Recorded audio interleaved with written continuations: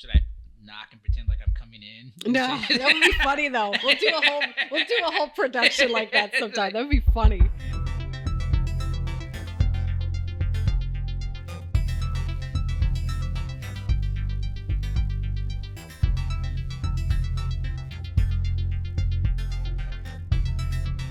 Welcome to Lights, Camera, Remake, where we try to determine whether Hollywood has truly run out of ideas. And sometimes that means rebooting a doctor who talks to animals every 3 decades or so. Today I have a special guest with me. He's a locations manager who's worked on a number of cool projects in the Atlanta area, and NDAs be damned, maybe he'll tell us about a few of them. Charles, can you introduce yourself? Well, first, where's Erica? Already with this? See, Erica is going to be gone for a little while. She ran into a bit of trouble. See, she got this new guitar from a shady dealer on the street, and it turns out it belonged to some highfalutin heavy metal rocker who has now vowed revenge on her. She's currently on the run, but we do wish her well. Anyway, we have a studio audience. So Charles, I know you very well, but my listeners may not have ever heard of you before. So I want you to introduce yourself. What do you do? And give me a little flavor of what it's like working on sets with you. As she said, I'm Charles. I am a assistant location manager. So I've worked on a couple of shows like Blue Beetle. I've worked on Stranger Things, a little bit of this and that. Those who know locations, they usually think of location scouts, but really what I do is the logistics stuff. So like making sure people get paid and making sure the production doesn't ruin people's gardens. A few other things, when it comes to locations. I also do a few other things. I'm creative director for Film Impact Georgia. Yes. So we give out a $5,000 grant. Right now we're doing a film rally, crowdfunding rally. I sit on the Sarah Jones opportunity. I do many things. I do a lot of things. Yeah. I wish they all paid more, but that's the life of being freelance. That's a labor of love. And I did want to mention Film Impact Georgia because it's something I've supported over the years and I've submitted to over the years and I have tried to help get more funding for over the years. Thank you. So can you tell me a little bit more about Film Impact? Because I feel like that one really directly influences our industry right here, especially for people who are up and coming. So Film Impact Georgia was founded by Molly Coffey and Melissa Simpson. The main goal of it is to support and promote local filmmakers, and so one of the biggest ways we do that is we give out a $5,000 grant to a short filmmaker. This year we're doing a little bit differently. I mentioned it earlier. We're partnering with Seed and Spark and the Trilliff Institute to do a crowdfunding rally. So bringing together lots of different campaigns together, have them all fundraise at the same time. So that way they all kind of multiply the impact on each other. Yeah. And then one of those projects will get $5,000 plus mentorship from people like James Ponsold, who's worked on like Running Point and Shrinking, and Angela Barnes, who directed the last 3 episodes of Ironheart that's coming out. Yes. Okay, cool. So it's a really good number of mentors. But the idea is basically it's kind of born out of the frustration that Molly and Melissa had about making their own projects and not being able to find money and having things go wrong. So figure why not create an organization to support filmmakers and basically put their own money where their mouth is. Yeah, I especially appreciate something like Film Impact now because a lot of regular movies and TV shows aren't happening right now. So having anybody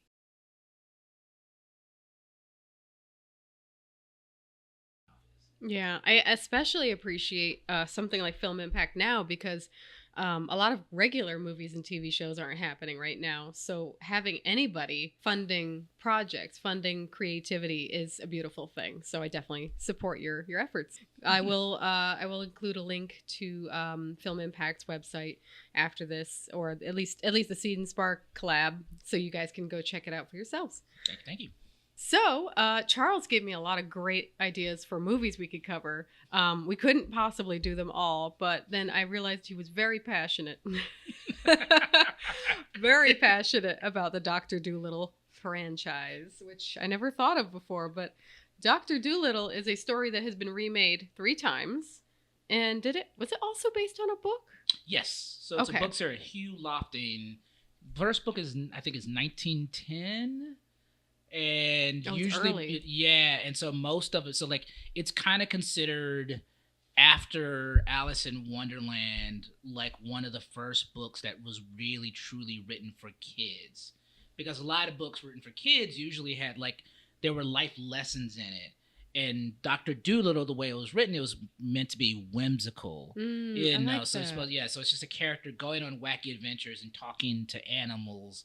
And so in fact, I forgot there was, I read, when I reread the book, the first book, there was a little blurb about it. And so there was somebody from, I can't remember, it was like 1915, 1920, something like that, wrote a whole praise of it saying, thank goodness there's somebody who's actually like writing books for kids and not just like an adult trying to write a book from an adult's perspective for kids, which is always the hardest part. I think when, you know, we've all seen it as kids. When we watch something, we know, like, you didn't make this for us. In addition to being a multi-talented film person, Charles is also very well read. So he's my one friend who will ask me, what are you reading right now? And I appreciate that. So, because it keeps me honest, keeps me on my Goodreads list. So yeah, this was my first time watching the 1967 film. What an experience. What a slog. Parts of it were good. I'm not gonna lie. I enjoyed some parts of it, but this movie is 2 hours and 32 minutes. Yes. Yes. And it was meant to be a family-friendly film along the lines of Sound of Music. Yeah, well, they were also trying to bank on the success of Sound of Music, which we will get into. So let's go ahead and introduce this movie. So, Dr. Dolittle, 1967, director Richard Fleischer, who also directed Soylent Green. Interesting. Writer Hugh Lofting, writer of the book, and Leslie Briskus. Leslie. Stars Rex Harrison, Samantha Eggar, and Anthony Newley. And the quick IMDb description is, after the animal communicating veterinarian goes too far for his clientele, he and his friends escape their hometown to the sea in search of the Great Pink Sea Snail. I can't wait till we get to the sea snail. If you told me that the 1967 Dr. Dolittle had a giant pink sea snail, I'd say, no, that must be an internet legend. Like, that's not real. No, it's real. It's there. It's, whew. IMDb rating was a 6.2 out of 10, which I think is probably around where it should sit. And I forgot. Yeah, I'm actually surprised it's that high. I was trying not to be mean.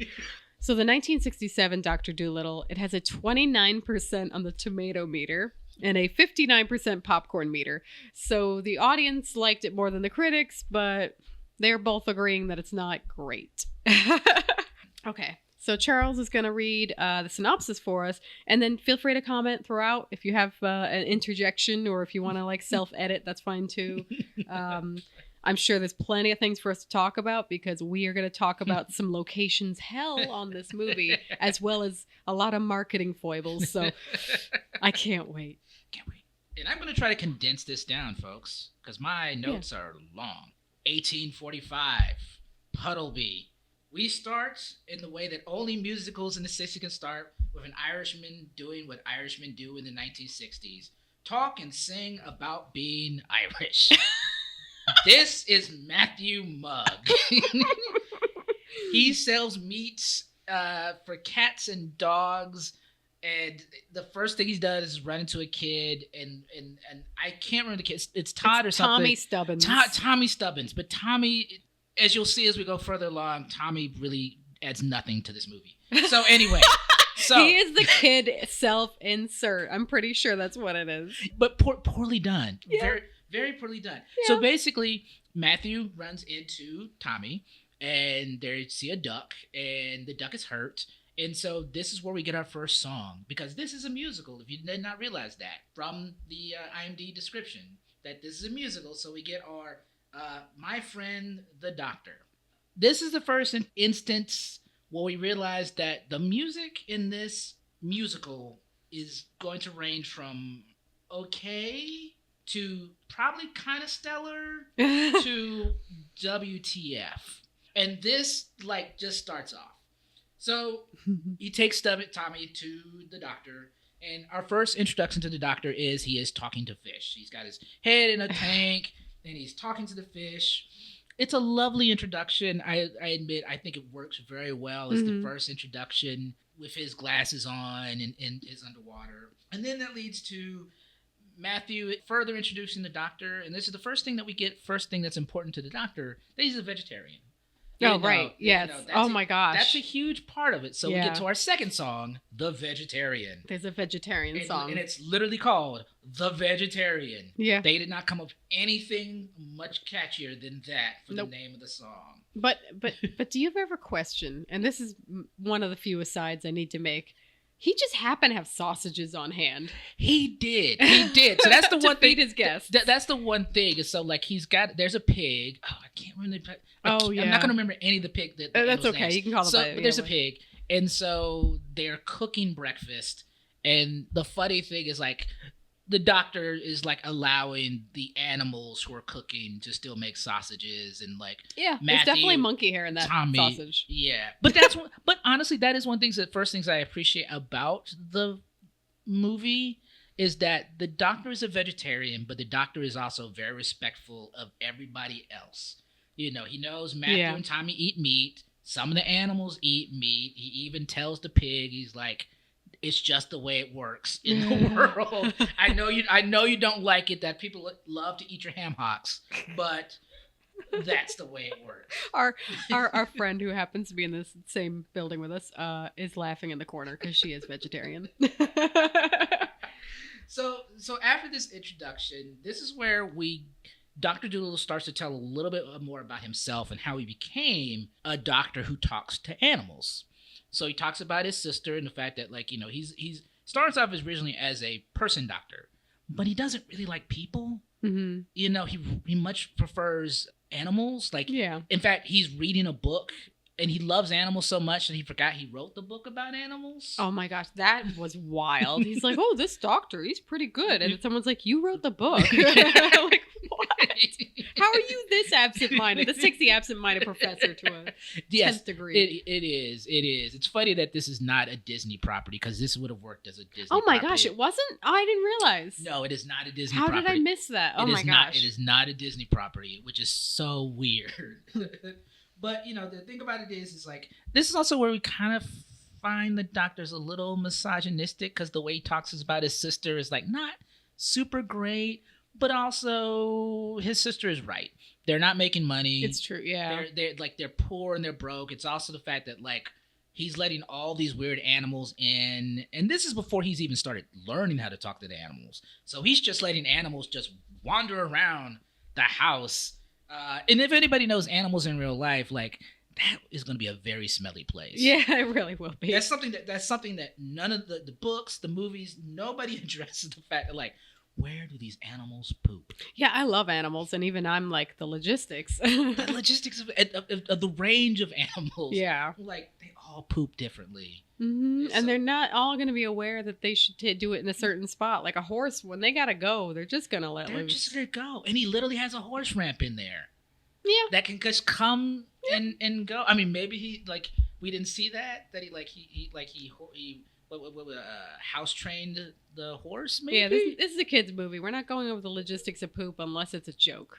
So, but this is the thing that happens next. Is like, he's telling the story, because it's a flashback. Mm. This is where he admits that he realizes that he's a terrible doctor. That he says, quote, I have nothing in common with the human race. Ooh. So he's trying to figure out what he wants to do. And this is where I can't remember if it's Matthew that suggests to him that maybe you should learn how to talk to the animals. Mm-hmm. And Polynesia, who's the parrot. Yes. She says, like, so he said his parrot, this Polynesia is 180 years old, because parrots can live for a very, very long time. They're like turtles. And that's when Polynesia lets the doctor know, it's like, oh yes, you can actually talk to animals. And this is one of the great parts of so for me as a kid, when I saw this as a kid, I realized this is one of the reasons I remember this movie fondly, because it's these little touches like that. So it's the fact that when Polynesia is explaining to the doctor about talking to animals, she points out that it's not just about speech. It's how you move your legs, and that like dogs use their they use their nose. Yeah, she was showing like one of the things was like, this is how you say hello. You say this word, and then you also wiggle your leg. Well, you wiggle your leg, and he wiggles the wrong leg first, and so the animal, the dog, is confused, and that's when Polynesia explains like, no, you're doing your left leg. You need to do your right leg, because if you do your left leg, you're saying good evening. Yeah, and the dog doesn't know why you're saying good evening. Yeah, and again, if you're talking about as a kid. That's the type of silly stuff as a kid that you would love. Is like a kid. Like I would have loved that. You would giggle. So that's where he starts to learn the animals that can talk, and like he immediately runs out. Like he immediately runs out and starts like saying hello and goodbye, like hello to all these animals, because basically the whole leg shaking thing. It's universal. It's universal. So all he has to do is like oink and shake his leg. Bark, shake his leg, and so like there's a whole extended scene of just him just running around madly, just being super excited that he can talk to animals. Yeah, this is kind of the precious part of this movie, was just like his exuberance in learning how to talk to animals. Like I can appreciate that. Yeah, and so then he realizes that he can become the greatest animal doctor in the world, because most people don't talk to animals. They just assume the animals, like I'm just gonna figure out what you need. And for the animals, this is where they get super excited, because the animals realize they actually have somebody they can actually talk to who can help them. So an example is there's one horse who, I forget what the vet keeps trying to do. Oh, the vet keeps trying to give him big pills. Oh. So like, I think, that's in the book. Oh, okay. So I'm sorry, folks. I might be confusing the book with the legs. So the movie may not explain it. In the movie, it's the magistrate's horse, and he's going to lose his job or something because he's short-sighted. He's short-sighted. So so he needs glasses, and so he gets glasses, big green glasses that he can see, and he's so excited that he's got these glasses. So we fast forward a little bit, and basically at some point, Dr. Dolittle has learned 498 animal languages, and he literally says it's more fun than talking to his sister.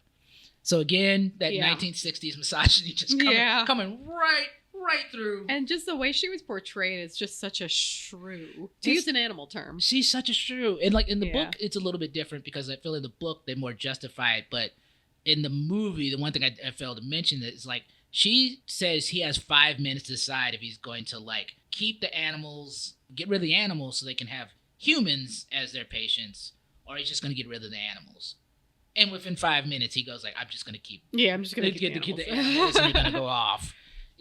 So so she goes off and gets married. So this is the end of the flashback. She will never be important again. She will never show up again.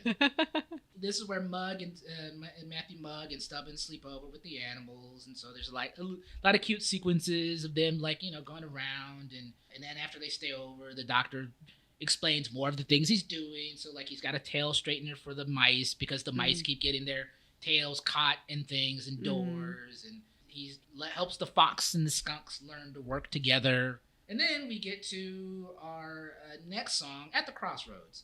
My literal note in here is boring. Oh, which one is this? I don't even remember it. Crossroads. Because it's boring. There's so many songs. At this point, I'm just like, but we have more songs per capita in the first section of this movie. That I was just like, wait, is this how the whole movie's going to be? It's basically an operetta. There's like a few lines and then a song. And then a song. It's so. But this is where at the crossroads, and so he gets a package, and this is where he gets the push me, push you. Yeah, that was. What did you think of the push me, push you? Oh, so just to describe it. He opens the box and a llama starts popping out. And I'm like, why did they use a llama puppet? This is strange. They could have easily gotten a real llama. And then the llama keeps walking out. And it's a double-ended llama. It's a llama squared, if you will. There's a head on both ends. If you've seen the TV show Cat Dog, that situation, equally horrifying. So it's a llama with two heads. One on either end. And it's a push me, pull you. Or push me, pull... I forget what it's called. Push me, push you. Push me, push you. No, it's push me, pull you. I think it's a push me, pull you. And his thought was like, He didn't think, oh, it's an unholy affront to God and all creation and should be put down immediately. He thinks, oh, this'll make me money. So he brings it to the place that's statistically the best to animals, the circus. which is true, but this subverts it a bit because like when they go, basically, well, first it's Richard Attenborough. Yeah. So if you've seen Jurassic Park, oh God, or if you've seen Gandhi, which he directed, so he's like amazing. When he sees it, at first like the Dr. Little shows up and he sees only the head, and he's like, "Well, we have animals. That's great. We don't need another animal in this circus."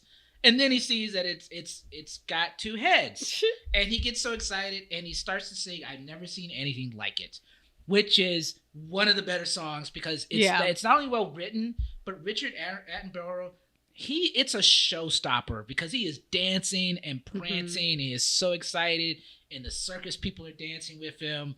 Like it's so good. It's good. Actually really catchy, and it's fun, and it's got the what you expected out of a musical, which is like all the dancing and the people moving the set around, and like it actually really worked. Right, yeah, like the exuberance that you would expect, especially if you're talking about a family film that is supposed to both entertain adults and kids. This is a scene that entertains both adults and kids, especially because when you see the llama dancing and prancing around, and like it's silly, but it's silly in a fun way. And then after the song, this is where they actually start to negotiate. And this is one of the things that's great, is that Dr. Dolittle really negotiates on behalf of the push me pull you. Yeah, he could talk to it and say, he said 3 shows on Saturday, 2 on, 4 on Saturday. 3 shows a day, 4 on Saturday. Because originally the guy was like, well, can he do 4 shows a day?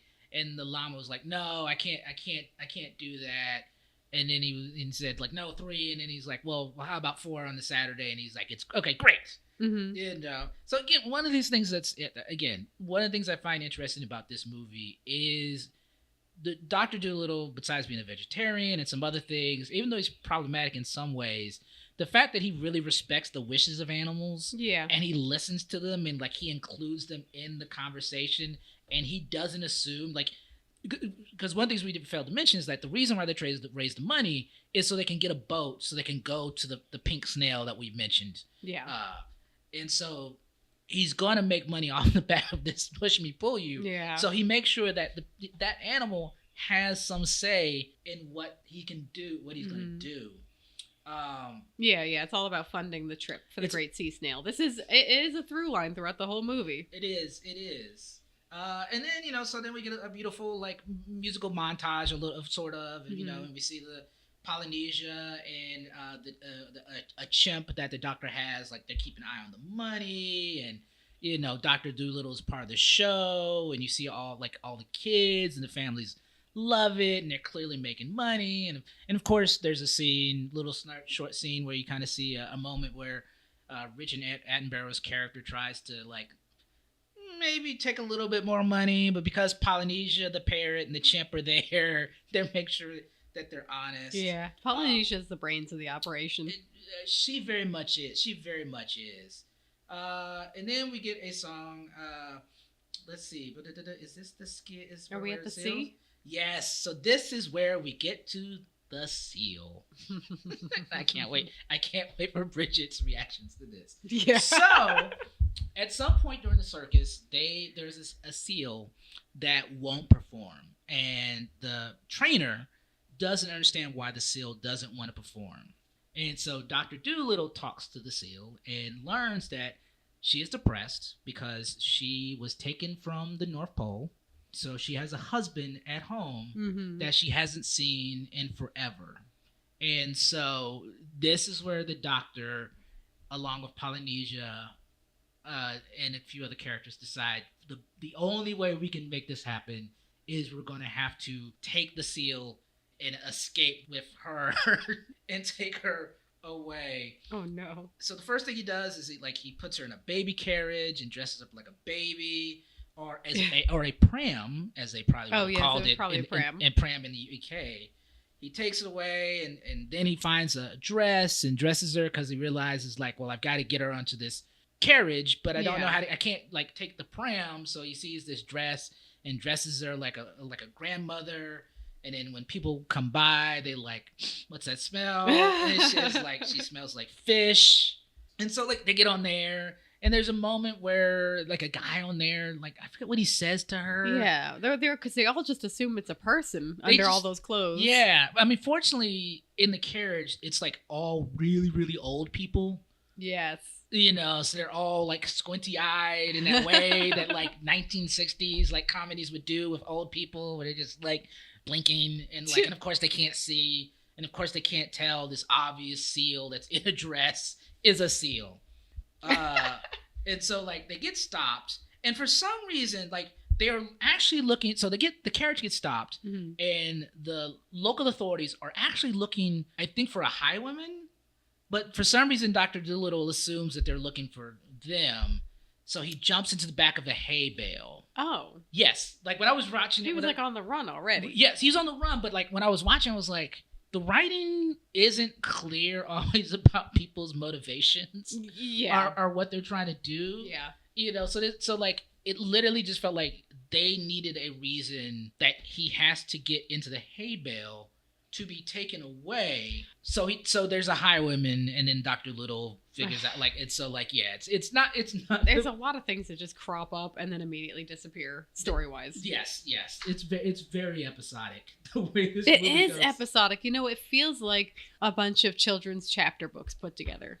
It is. And the funny thing is like the book is kind of like that, but for like 1910 it makes sense. By 1967 you could have done better. I mean, when you see all the other movies that came out around that time with like Chitty Chitty Bang Bang, there was some real bangers at the time. And Willy Wonka, yeah. So like you could do it, but this is where he talks to the horse. So they stop someplace, and he talks to the horse, and he gets the horse to drive them away.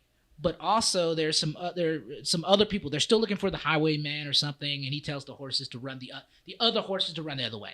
So the horse with the carriage takes him off and takes him to this lovely cliff side. It is so. Imagine this. I'm gonna set the scene.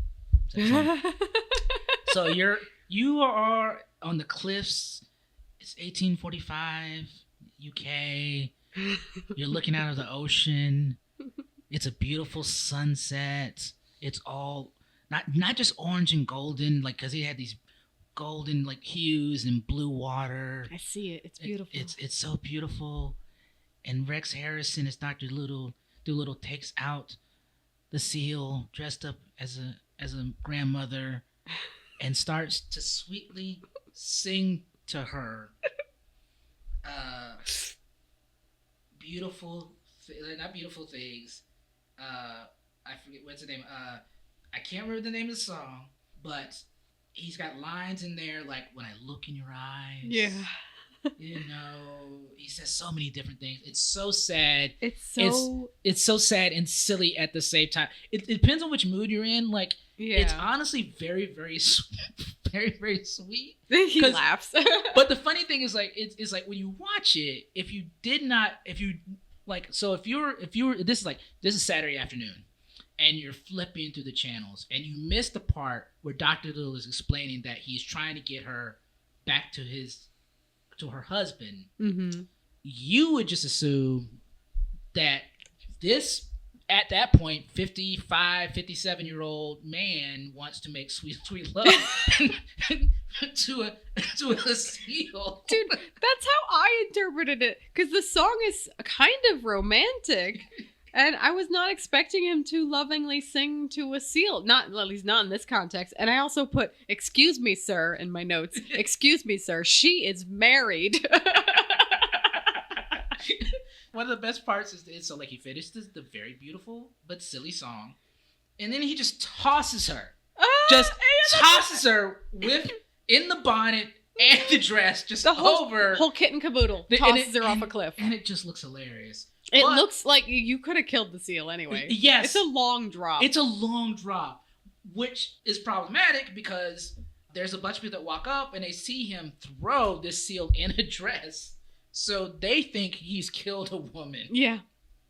Yep. They think he's a murderer. So that's another wrinkle for his whole situation. It's his whole situation. So he gets arrested, I think it's the magistrate again. Yeah, I think it's the same guy. Same guys that had the horse that was already annoyed with him. So he goes before the magistrate, and they're talking about like, you killed a woman, and and then when Dr. Dolittle tries to explain that, like, no, it was a seal in a dress. The audience is laughing for multiple reasons. One, because it's a seal in a dress that you're trying to say that you threw in the water and that you didn't kill a woman. Which, honestly, of the two things, what makes more sense? You killed a woman, or you threw a seal in a dress, especially for 1845, Mr. Misogynistic Dr. Dolittle. I would say you killed a woman. Anyway, they laugh, and then the magistrate and the people are like, well, prove that you can talk to animals. And so Dr. Dolittle says, if I can prove that I can talk to animals, will you let me go? And they say yes. Right. So he talks to the magistrate's dog, and the dog starts to explain all of the things that the magistrate had to eat the night before. That's and it's a very long list. Like, this man is a glutton. And the funny part is, like, he gets the Dr. Dolittle gets in a list, and it's like, and he says you ate 4 pies, like slices of pie. And the magistrate immediately goes like, I didn't eat 4, I ate 3. Yeah. So he immediately corrects him, so he knows it was true. Yes. So now that Rufus has proven that, and that what he has, here it is. I wrote it down. So one of the things he had was boiled trout, and he had 6 pieces of blackberry pie, but he says he only had 5. Oh my God, dude. After 3 pieces, you're asking for punishment. What is that? Yes. That's a lot of pie. Yes. I'm trying to remember, were we introduced to the semi kind of weird love interest before? Yeah, at some point. I think with the horse stuff. I think they introduced us to lady whose name I forgot, Emma. Emma, yeah. We were introduced to Emma when the magistrate went to pick up his horse and said, "You're a horse thief," and then left. Yes. And she's like, "You're rude," and it was like out of context. Right. So she's already not being portrayed very nicely, but she pops up again. She's the love interest. Yes, and as you can see, I'm sorry, she's not the love interest for Dr. Dolittle. No, not until the end. Oh shoot. We'll get there. We'll get there. We'll get there. What's with the complicated love interest in Dr. Dolittle? So Dr. Dolittle, they're talking and this is why I'm confused. I didn't put this into my notes because this is important. Let me go back. So this is how this movie is written, because you can't remember. So things are so inconsequential that you just skip right over to things that only really matter to the plot. The movie doesn't even feel linear. It doesn't feel like it makes sense. Cause and effect. So the magistrate has his niece, Emma, who meets Matthew Mugg at some earlier point, and there's clearly some attraction between Matthew and Emma. She's like, oh, she's a typical for that time period in the movies. She's like, oh, you're, this. She doesn't say this in the movie, but this is the way she'd probably say it. You're a ruffian. Yeah. Oh, you're rough around the edges, and my uncle is a magistrate, and we're rich, and I wear pretty dresses, and you just sell meat to cats and dogs. And, oh, you terrible, terrible person. Yes, but falsetto helps. Thank you. But clearly, she is into it. But when she goes and she confirms that yes, her uncle had 6 helpings of blackberry pie, and she's talking to the doctor, this is the first indication that maybe she also has the hots for Dr. Dolittle. Yeah, it's weird, right? It doesn't feel right. It doesn't. It doesn't. It's just like it's because it was like wait because.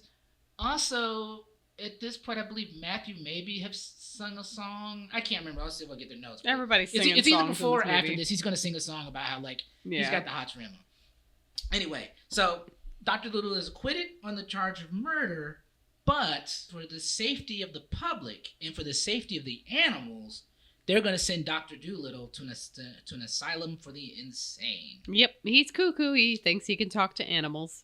But this is also where we go back to the humane nature of Dr. Dolittle, where when he gets that, he sings a song called Like Animals. And basically, he defends the treating of animals with more care, and he asks, why do we treat animals like animals? Yeah, that's true. And he compares them, and he says all these things. So it's actually a lovely song. I don't think it's one of the stronger songs, but in terms of songs that do help you understand the character of Dr. Dolittle, it does a lot. And that's the thing that sometimes some musicals miss is having the the songs help you understand the ethos of the character. Yeah. So it's like, Yeah, he talks about how basically our language is about even abusing animals. Yes. Like, I kicked him like a dog or something, some common phrases from the time. Right. And he asks, like why can't we say things like wealthy as a hen or noble as a frog or Yeah. pretty as a pig?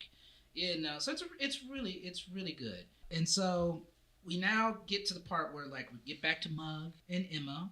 And this is where they're talking. And Emma kisses Mug after he tells her that she can stow away when they finally get the boat to go find the pink snail. So again, he sneaks her in. Yeah, so he sneaks in. But again, this is weird because we literally just 5 minutes ago, had this moment where Emma is giving Dr. Dolittle the googly eyes. It's like. Yeah, she's just there for whoever's available, I guess. I think so. That's problematic. Yeah, and then we get to the song After Today. My note is awful. It is a terrible, terrible song. I'm just gonna blah. It's terrible. Was it the exploration song? I can't remember the point of After Today. I don't remember either. I just know it was a terrible, awful song. There's a lot of songs. They all lump together after a while. They all lump together. We'll cut this short, this part, because like. Well, we can get to where they're on the ship. So they're on the ship, so they escape. We'll just say. Yeah. So I'll go real quick. Chimp steals key. Okay. Polynesian steals horses not to follow the doctor. Cut to the boat full of flowers. They've escaped. In my notes, I have Emma looking like a snack. Makes them food and makes them a seaweed pie, which they actually think is good and the doctor loves because it's vegetarian. And then they start to decide, like, well, how are they going to find where the pink snail is? Like, they don't actually have a location. And the doctor says what they'll do is they're going to just put a pin in the atlas and they're just going to go there. Yeah, they're literally just picking a random spot on the map. They're random. And This so they is start wild. to sing. So they sing the song Fabulous Places, which is all about all the, Dr. Liz, all the places they're going to go. Because Emma, and especially Emma, is like, this is insane. We should pick a place. Yeah. And, but he's like, there's all these places we go. And then also Emma suggests, well, if we're just going to randomly pick a place, let's actually go someplace nice. She wants to go to like a beautiful island or something, something beautiful she would like to go vacation at. Right. So she sings about the places they go, but then the doctor counters was like, well, I can talk to the sharks and the bugs and we go explore and go on a journey. Finally, then song ends and they just like, we're going to just put the pin in. So they put the pin in, Emma, and she gave it to Emma. Emma puts it in the atlas, and it looks like it's landed on nothing. Yeah. But they pull out a giant magnifying glass, and they see that it's not a blank spot, that it's an island. But it's an island that floats and floats around the world. Which, why would it be on a map? I'm sorry. I gotta stop looking for logic in this movie, because it's not there. Yeah, because it's like, because in the map, it's the last reported position of the Sea Star Island. Yes. So they're going to go there.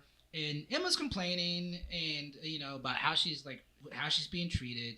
And so the Dr. Little's like, well, I'll just treat you like a man.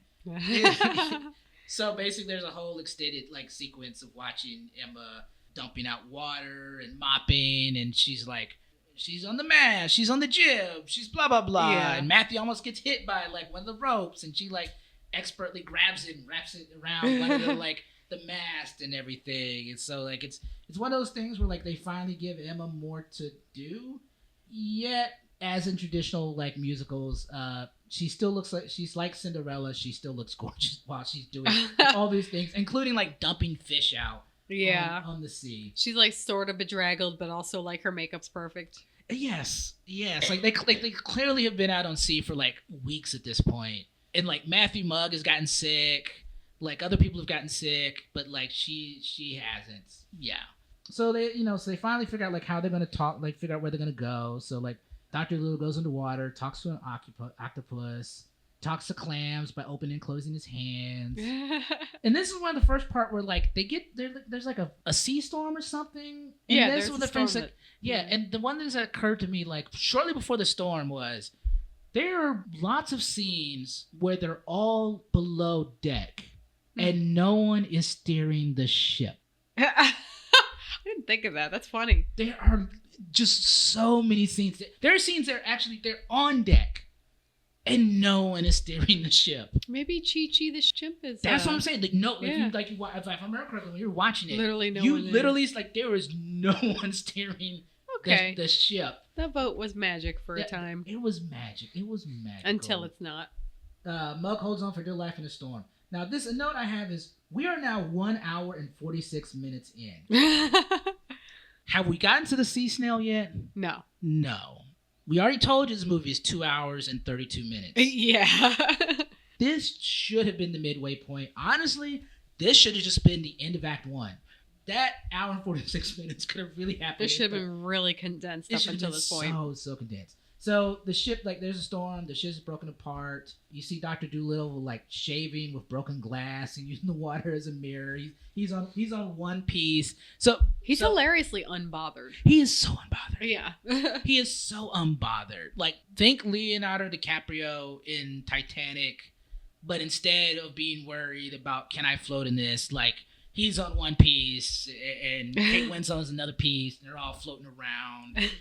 And Emma is not there, but he's unconcerned. Like, we'll find Emma. Like, Tommy's there. She'll turn up. Good Lord, man. This ship is like, it's all in pieces. It's literally in pieces. The pieces are barely bigger than them. So, like, they're floating on the scraps of what's left of the ship. But I will say, they do a really good job of making it like they're outside on the ocean.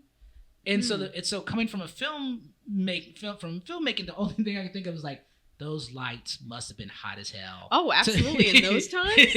Hell yeah. To make it look that good, to make it very convincing that they're not on a soundstage, that they're literally in the middle of the ocean floating. Right. I was like, that's really good lighting. It did look pretty good, actually. But you gotta be burning up. Oh my God, yeah. They were in a tank in a stage somewhere sweltering. And so they land, and again, very unbothered. Dr. Doolittle's like, like Matthew and Tommy go one way to go look for Emma. Doctor's gonna go, and that's where Emma just comes out of the jungle looking super attractive somehow after surviving the storm. And he says she looks nice, and then she admits that she's actually in her underwear. Oh.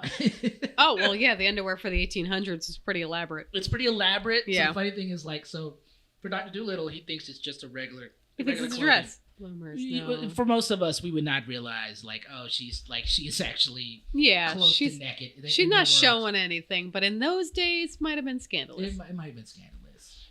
So this is where we get the impression that Emma is really, really into the doctor. It kind of felt like it came out of left field because I felt like he did nothing but be like rude to her. Yeah, and like he's like, and earlier he's like, I don't like people. Yeah. Okay.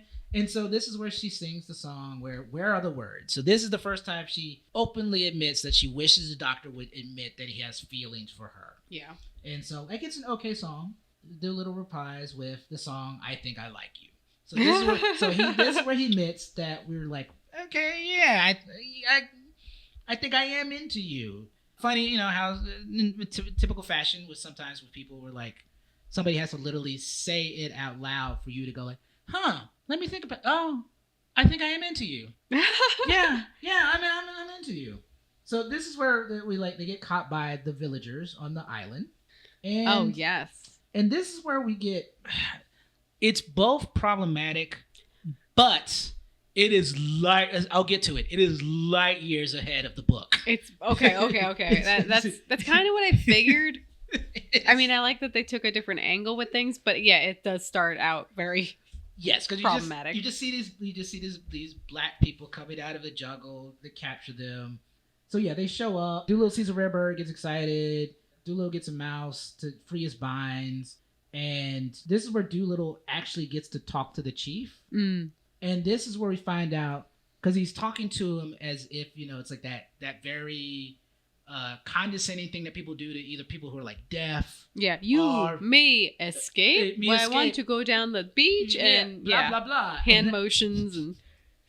And that's when the chief speaks in a perfectly good English accent and comments that Dolittle's accent is hilarious and doesn't know why he speaks the way he does. And so what we learned is that on this island, first of all, the chief's name is William Shakespeare the 10th. Yes, of course it is. But you can call him Willie. I love that. But because that the island floats, what they've done is like they've run into boats, they've run into other places. So they've advanced all this knowledge for the hundreds of years the island's been floating. Mm-hmm. So they've built a museum and a library, and everyone on the island can speak 9 or 10 languages. Yeah, they're all incredibly well read. Yes, they love to read. In fact, they name their children after their favorite authors. And this is like one of those first things where I was like, oh, I was really worried. Yeah, I got really concerned. And then they did all this stuff. And so this is where I have to contrast from the book. Oh, okay. Yeah. So if any of you read the newest version of Dr. Dolittle, I think it's after 1988. And this is where and I read this before 1988. So clearly I just remember I'm used to reading books like this as a kid. But this is where, Dr. Dolittle uses the N-word. Oh, shoot. Okay. There is, the way the villagers are portrayed is very problematic. There's even a plot point where Dr. Dolittle, when he gets captured in the book, the way he escapes is they come up with, I think it's Polynesia comes with the idea that, let's lie to the chief and say that we know how to make him a white man. Oh. And the chief gets super excited about, if they do this thing so they can escape, he can become a white man. So the fact that the 1967 version went out of their way to make the villagers well read and that they learned all these languages and that they have a museum and a library is a huge difference. Also the fact that it kind of touches on colonialism in the movie, because they said, one of the reasons why they reacted the way they did is because movie they literally say most of the white men that come here come killing people just immediately before they even talk to us and speak to us, which that definitely happened in history. So good pointing that out. Good. And then they kind of revert back to some of the problematic things because for some reason, Doolittle's crew, they keep having little slights, little things that they do that that's against their rules. And they're like, the punishment for that is death. It's death. It's always death. Yes, because the elders blame Doolittle and the crew for the cold that's come in and the animals are getting sick on the island. So basically they're going to throw them in the volcano, But the doctor convinces that he can save them. And so he creates a cough mixture and gives it to a baby elephant. He does all this stuff and then I forget why he calls for a whale. We're getting to the end. As you can tell, this movie is so long, and it's so hard to get through this recap and make sure you get everything without being insane. So, but Dr. Little calls for a whale and has the whale push the island up against. I think it's Africa. It's Africa. The continent. It's basically Africa. It gets pushed, and so but what happens is that a rock falls into a volcano, and apparently in this law book, that somebody has to die at 10,000 screams if the volcano, if they're the volcano. But the thing about it is because the island has been pushed back into place, and just as they're about to kill Dr. Dolittle, William Shakespeare the 10th stops it because he realizes the island is back in its proper place.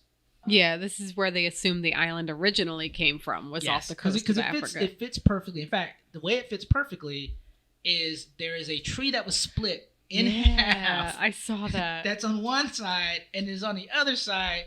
And I'm like, that is amazing that for 400 or 500, how many years this island has not been, both those sides of the tree are still there. Yep. Dr. Dolittle has opened up a little resort for animals and he's curing them. And this is where we get a really, really sweet song.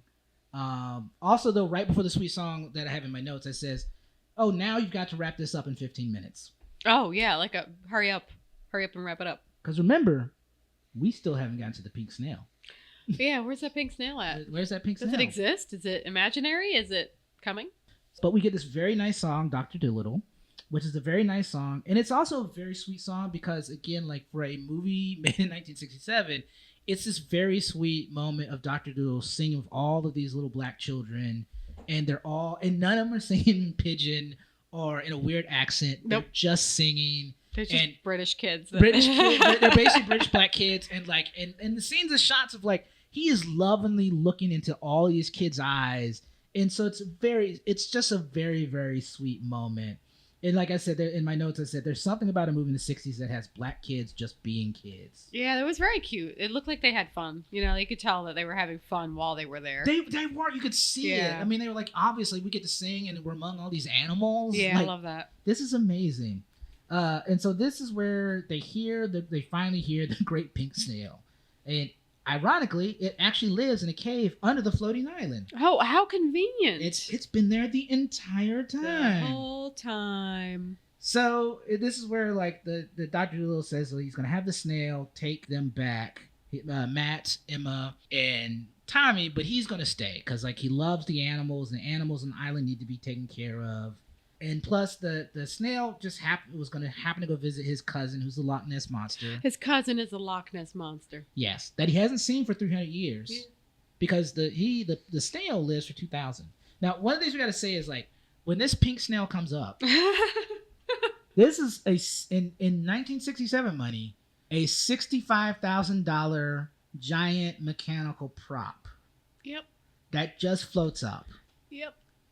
It does not look like it was worth $65,000. Nope. It feels like it could have been made for $500. Yeah, it looks like something you'd see like a kid's like in a park where there's like a jungle gym and stuff, and then there'll be like a triceratops statue that the kids can climb on. That's what the snail looks like. That's exactly what the snail. In fact, the inside of the snail is much more impressive because it looks like the inside of I Dream of Jeannie's bottle. Yes. It's like it's magical and there's space. So this is where Tommy and everybody else can come up. And then Tommy says he wants to go home and soon wants to become a doctor. This is like the most character development Tommy has gotten in the entire movie. You could have just deleted Tommy the whole time and not realized he was gone. Yes. Because he was not important to the story at all. He did not do another damn thing. No. So this is where like we mentioned that they're like about the lunar moth.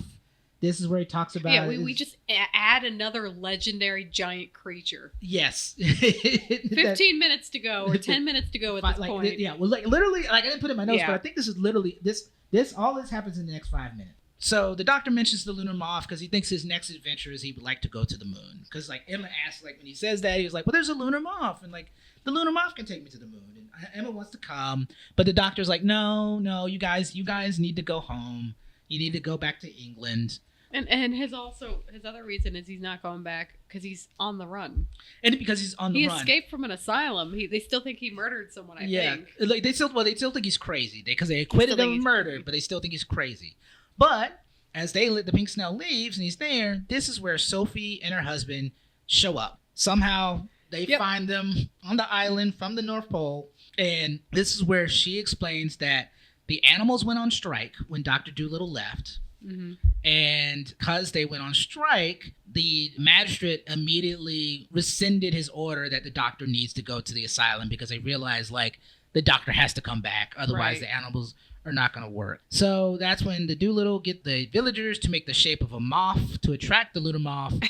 The lunar moth comes down. He gets on the lunar moth. Somehow we skip that part. Yeah. And we just have the last shot is him riding the lunar moth to Puddleby.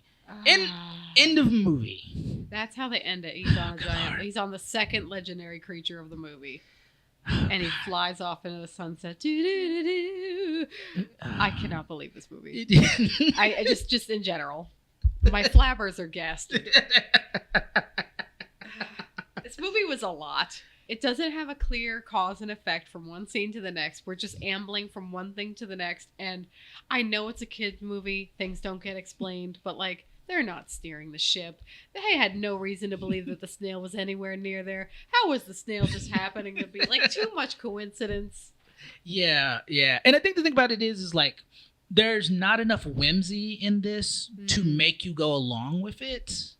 Like, that's the thing is like, if it was, if it went, if it was more whimsical. Yeah. If it was weirder, if it was more, like Alice in Wonderland, where it's just all these strange things are happening, you could go with it, but there's just too much reality for you to go with it. And there are too few songs. They're so spread apart that it takes forever to get. And so, like, it's just a lot. So I am surprised I loved this when I was a kid. You did? Okay. I really I really enjoyed it, but realized why. I think some of the reasons I did. One was because I do think some of the stuff, like the push me pull you, it's whimsical and cute. It's clearly two people in a suit. But to me, that's like when I think I saw this maybe when I was 8. That's what makes it work for me. The fact that Dr. Dolittle isn't into like humans and adults, as a kid, and he prefers animals. Is like that's a very like kid-like way to see the world. Absolutely. And then there's just things like the like the seal. Like it's so silly. But as a kid who cried at the drop of the hat at so many movies because I was so sensitive, I know it was like, okay, that's probably one of the moments that got me as a kid. Aww. That's cool that you can kind of look at it from both lenses, though, from as a kid, the nostalgia and just like enjoying what whimsy there was. And as an adult, going back and saying, well, this wasn't the best executed movie, but I can kind of see how I liked it then. Right. Because I read the book. I've at least read the first 2 books immediately after I saw this. Oh, wow. Yes. Oh, they're quick. They're very quick. It's like 100 pages. I think they're each like 100 pages. So it was very easy to read through. And I remember enjoying both of those books, even though like I remember, but I'm like, I read Huckleberry Finn and the N-word is in there. So I think that's probably why it didn't register with me then, that I forgot how much the racism in there. It's just because I was just very used to that. I mean, like Mary Poppins, the original Mary Poppins book has like very derogatory language in it. Basically, all your kids' books that you love prior to like probably 1985 is going to be problematic. Is probably problematic. But that doesn't mean that we can't still consume that media and still at least have a modern perspective. Okay, we can do better now, but I can see the story around it that might be good. I can still see that value, but they looked at people very terribly, and we don't need to keep doing that. That doesn't mean we should delete it. Doesn't mean we should put up a warning. It doesn't mean we should because Disney was doing that with some of their movies. They were putting up a warning before the movie or something. And some people got up in arms about it. I'm not up in arms about it, but I also think that we should see problematic media sometimes so we can learn from it. Right. So I think it's valid for that reason. And sometimes you can have a good story with some problematic moments. Right. Like a lot of action movies I like definitely have problematic depictions of women. Right. Problematic depictions of minorities who are just the sidekick best friend, So I think we should take the good with the bad and just try to do better in the future. Right. It's not so hard. Right. No, it's not. So this is a 20th Century Fox film. And what they wanted to do was duplicate the success of 1965's The Sound of Music. And their intention was by producing 3 expensive musicals over 3 years, they would duplicate the success. This was one of them, as well as Star in 1968 and Hello Dolly in 1969. They lost a lot of money. They did. Especially because when you put it in the context of the year that this movie comes out, the top 2 movies are The Graduate, and that was number 1. Right. And Jungle Book is number 2. Yeah, you can't. It doesn't stack up against these two. Especially because Jungle Book, I think, is 70... It's either 72 or 74 minutes long. Oh, yeah, that's a kid's movie. Yeah, I don't understand why this is marketed as a kid's movie. It's 2.5 hours long. Kids were not that patient in the 60s. No. So, yeah, literally top studio execs lost their jobs, as that happens when movies lose money like that. The studio was put into financial distress over this movie. Do you know how they recouped their losses? I forgot which movie. Oh, it's good. This is good. So they were trying to duplicate the success of The Sound of Music, right? So they made all these other movies trying to bank on the musical success. They recouped their losses by 1973 because they re-released The Sound of Music. That's right. That's how they get their money back. Hollywood has no original ideas, everybody. I thought that was very funny. It is. But the funny thing is that was the ethos. I mean, originally Hollywood was like their most valuable asset were scripts. Yeah. So routinely, up until a certain point, studios would just burn the negatives because they had the scripts. Oh. And they're just going to remake the movie. Oh, stop. So that's but the thing about it is like, if you think about it, the idea that people were going to go back and see this movie again didn't make sense. But also that's why, The Big Sleep has like 3 or 4 movies within 5 or 6 years. Oh my goodness. So the thing about it is like we talk about remakes, but the fact is, Right. like Hollywood since the 1920s routinely like every 2 years would remake 2 or 3. It's usually like 2 to 5 years, but usually 2 to 3 years. They would just remake the movie they did before. That's even more ridiculous than I thought. With the script, you know. But the funny thing is like the versions we love, almost all the versions of movies we love, right? At least a lot of them, like The Big Sleep, it's the second version that everybody loves.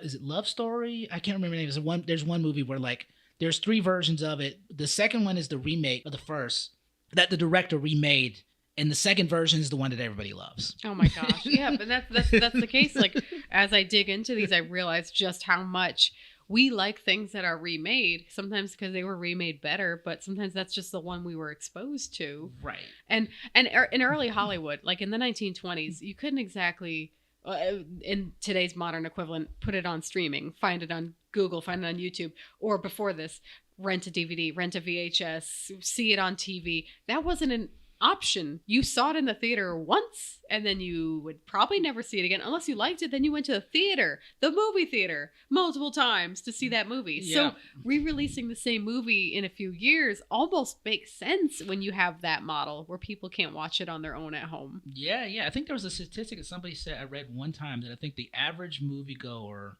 if they liked the movie back in the day, up until like the 30s or 40s, would go to the movie theaters between 5 and 10 times to watch the same movie. Well, I've heard tell of that, like especially very popular films like Star Wars.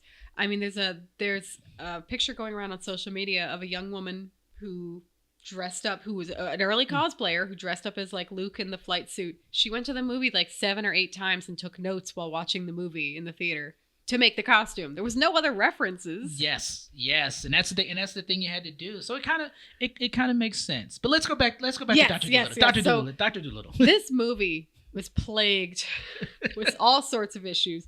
For one thing, Rex Harrison was peed on and bit by many of the animals.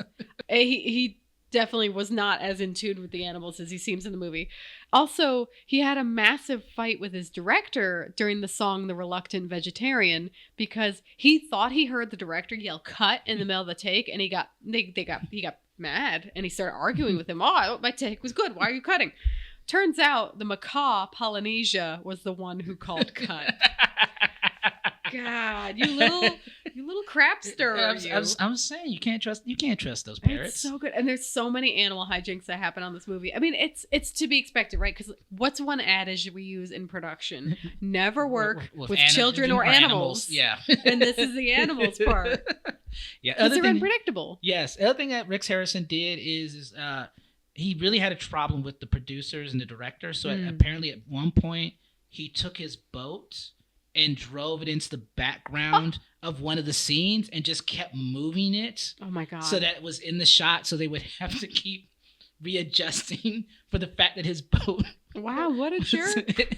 Well, he was also nicknamed Tyrannosaurus Rex Harrison because he was so mean to people. Like he was just a terror on set, according to one article I read. And Samantha Eggar said that he was unkind and vitriolic, but then he was also funny, at least until he turned on her. Right. I'm like, what? Okay, he was just too much. But one thing I did want to mention with you, we don't have to spend a lot of time on it. It's just, this ties into our discussion on locations. While filming in Wiltshire, England, and creating the coastal town of Puddleby, it was not actually a coastal town, the production dug fake lakes and canals, and it was the rainy season, so the film production ended up causing flooding in the real town. And so this just escalated, like we really caused damage to this town, and then one disgruntled townsperson planted a homemade bomb near the film equipment as revenge. He's laughing, but he's just like, this is like ridiculous. But this is also the beauty of like, because like this is, you know, there's still like big productions that do it, but like this up until the 70s, this routinely was something that they would willingly do, is like go out and build an entire town and dig an entire lake and fill it with water, fill it with fish, like this insane stuff. So this is the other reason like some of these productions obviously did not make their money back, because it was like you could have just literally found another village You that could have looks either like Puddleby. Just film in another village, or does it need to be coastal? He could get on a boat anywhere else. You can They rewrite spent it. so much money turning a non-coastal town into a coastal town, and then didn't look at the weather reports. They had the No. Farmer's Almanac. Come No, on. They could have done that. They could But have yeah, done that. as I just figured as a locations person, you'd appreciate that detail because we work on films, and one of the issues we sometimes deal with is random passerby who get annoyed that their day has been jostled by a film production. Yep. I had someone get into me about like how we were always filming there and how dare we, and we're taking up all the parking. And I said, sir, we just got here. We've never been here before. Right. And then I had to go find an AD or somebody to talk to him so he wouldn't he was still mad. I've had people ask for permits while I'm filming B-roll in a public park. I've had people, and they start to try to like call somebody, and they'll like, no, it's okay. I'll just leave. It's just B-roll. I don't care. It's just B-roll. Yeah. But also those people, it's also funny when those people try to bulldog you because it's like, do you actually know the regulations or not? They don't, but they're just trying to be Karens. They're trying to be like bossy. Some people get really excited when they see a camera. Other people get really annoyed and suspicious. Yes. One of my favorite things doing B-roll was I was filming at a nice street, and there was a beautiful rock wall, and I saw a fellow walking his dog, and the little dog hopped up on the rock wall and was just just like pitter-pattering down the rock wall. It was the cutest shot ever. So I got a shot of the dog, and then I was like, as he was walking by, I was like, hey, I just, I got this really great shot of your dog. I just want you to know. And he's like, did you get a shot of me? I'm like, no, just the dog. He's like, well, if you got a shot of me, I'd have you delete it. I'm like, okay. This man was so serious. I thought he was in witness protection. He was ridiculous. I'm like, no, sir, you're not that interesting. I didn't say that out loud. Right. But then I was just like, I just got whiplash from that mini conversation. Also, B-roll doesn't really usually work like that. Like, random people. No, usually what I have to do is I film the back of people's heads, if anything. Because if I have to show their face, I have to go get a release signed. I don't want to deal with that. I don't want to talk to people. Right. And usually people, and usually even then, camera people, production, directors, people like in the know usually know. There are places, and this is where people get it wrong. There are certain places where it is very obvious that people are going to be taking pictures and video. The fact that people are thinking that you need to get a release is like, no, because like, if you're in public, technically, you're in public. Well, yeah, but like an example here in Atlanta is like if you go to Piedmont Park, there's so many cameras out there. There's so many people with cell phones. Right. Like having an idea that you're not going to have your picture taken. You can't admit that. So that's the thing people don't understand. Yeah. But I want to say, we'll go back to the water thing real quickly. Because one time we were shooting somewhere and we had to be careful because then this is where, like, in locations, you have to talk to people to understand what's going on. So we were at a location where, like, we had to be very careful. So we use these things called water buffaloes, where, so we'll do a wet down. So whenever you've seen a movie and you see, like, there's a wet street or anything, it looks prettier on camera. It looks prettier. It looks nicer. A gray top of a street.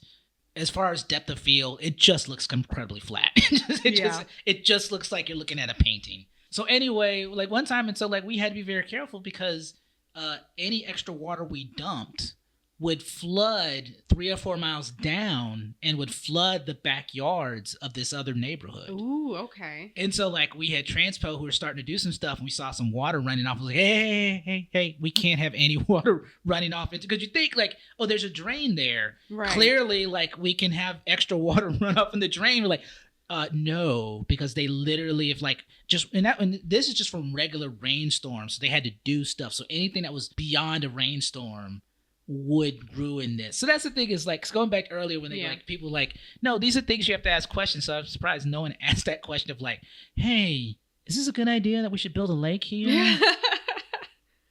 Is this really a good idea? Amazing that they even got that far to begin with. Yeah. I know, it's just from my past experience as a newspaper reporter and going to township meetings and things like that at city hall, city councils, people would complain about anything. Like you do anything with a street corner or a street or yeah, dig a lake, dredge the lake, do anything. They'd be like, suddenly someone has a very personal problem with it.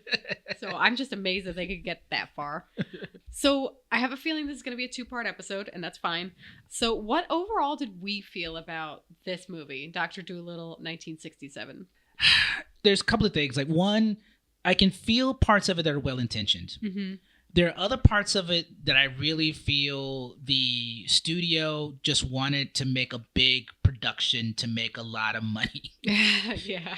Because there's just a lot. It's because it has a lot in it that you don't need. Yeah. Like, you spent money on so many things, like a lake and a $65,000 snail that only shows up in the last 15 minutes. Because, like, any other normal producer would go, like, I'm spending $65,000 on a snail that only shows up in the last 15 minutes. Well, yeah. And then when the director saw the snail, he was like, that's not what they said they were going to make. And it was too late. It was already made. It was already made. Yeah. You know, so I think so. It's a movie. The next movie we're going to talk about is I don't want to spoil things, but let's just put it this way. When people say that, like, movies should not be remade, there's a reason why I can see why somebody wanted to remake this movie or make a version of it later. Yeah. Because when you watch it, you can tell if this had been in the right hands, if they had been well-intentioned, and maybe if they thought about it, like doing it on like half the budget, right, or even a quarter of the budget, this might be a movie that people are still showing their kids. Yeah. And going like, oh my God, like we would watch this every Christmas. Yeah, We'd watch exactly. Dr. Dolittle. But instead, it's a movie that people sometimes discover, but mostly not. It's true. That's so true. I'm glad I finally saw this. I never had seen this until a couple weeks ago. I do believe in my head I could edit an hour and 40-minute version of this movie and not lose anything.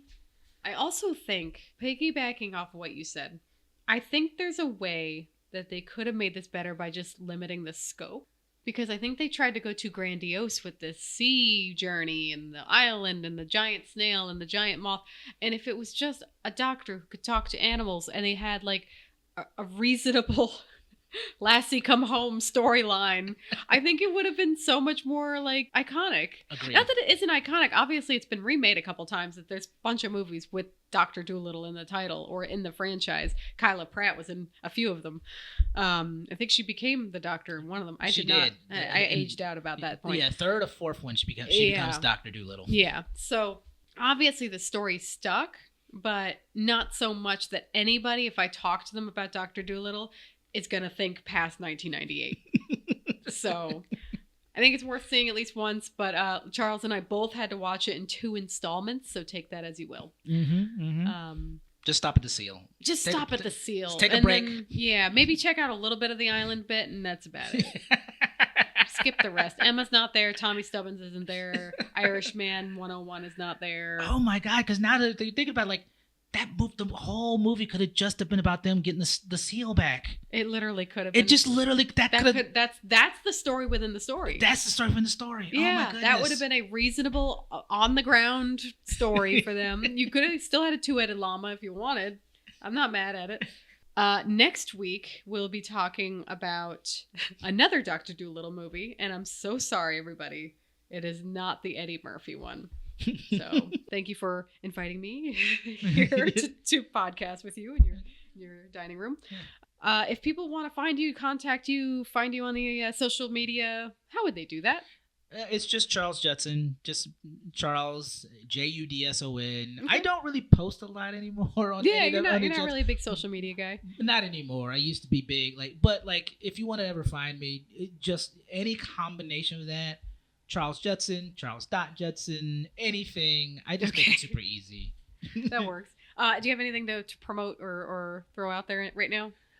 No, just that we have the Film Impact Georgia crowd rally that's coming. So like if you go to Seed and Spark, we're partnering with Seed and Spark and Trilliff Institute.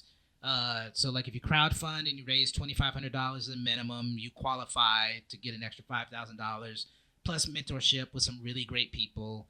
Angela Barnes, who directed on Ironheart, and James Ponsoldt, who's did Running Point and The Spectacular Now. So it's just a great bunch of people.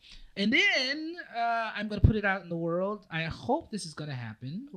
That I and a few other people are trying to work with the Sarah Jones Foundation to do a camera day for kids. Excellent. Yes, I heard about this. Yes, I want to be part of it. Yes, and I just got the proposal from Reimagine ATL because I talked to some people over there to come up with some ideas. It's really fun. Hopefully, if we can pull it off, it's going to be like a little 30-minute segments where kids can come out and they'll learn about camera work and set safety and all the things to honor Sarah Jones, who tragically lost her life, but everybody loved her and trying to keep her memory alive. And then one of the things we want to do, if we get to do it at the end, we'll recap everything the kids learned, but we'll also say Sarah's name. Yeah, I love that. Yeah, so I'm one of 3 organizers of the Atlanta Film Yard Sale, and it's more than just a yard sale. We have people selling their film gear and stuff. We're going to be doing demonstrations. We have companies coming out and representing, but we this year decided to have the Sarah Jones opportunity as our beneficiary. So yeah, it's definitely it's near and dear to our hearts. It's definitely a story that's very much still in our consciousness in Georgia, but also in the film industry as a whole. So safety is important. But thank you so much for telling me all about that. Please, guys, go check out Film Impact Georgia. I will include a link in the show notes so you can click on it right there. It'll also be in the socials. And get that 25K or get that 2500K together and make you a movie. Let's go. Let's go. For the podcast, you can find us on Instagram, Lights Camera Remake Podcast. We have a Gmail if you'd like to email me your thoughts, concerns, and movie suggestions. lightscameraremake@gmail.com. You can find me. It's Bridget LaMonica on Instagram. I also have a website, bridgetlamonica.com, where I cover all kinds of filmmaking advice, and you can see my reel and make fun of me.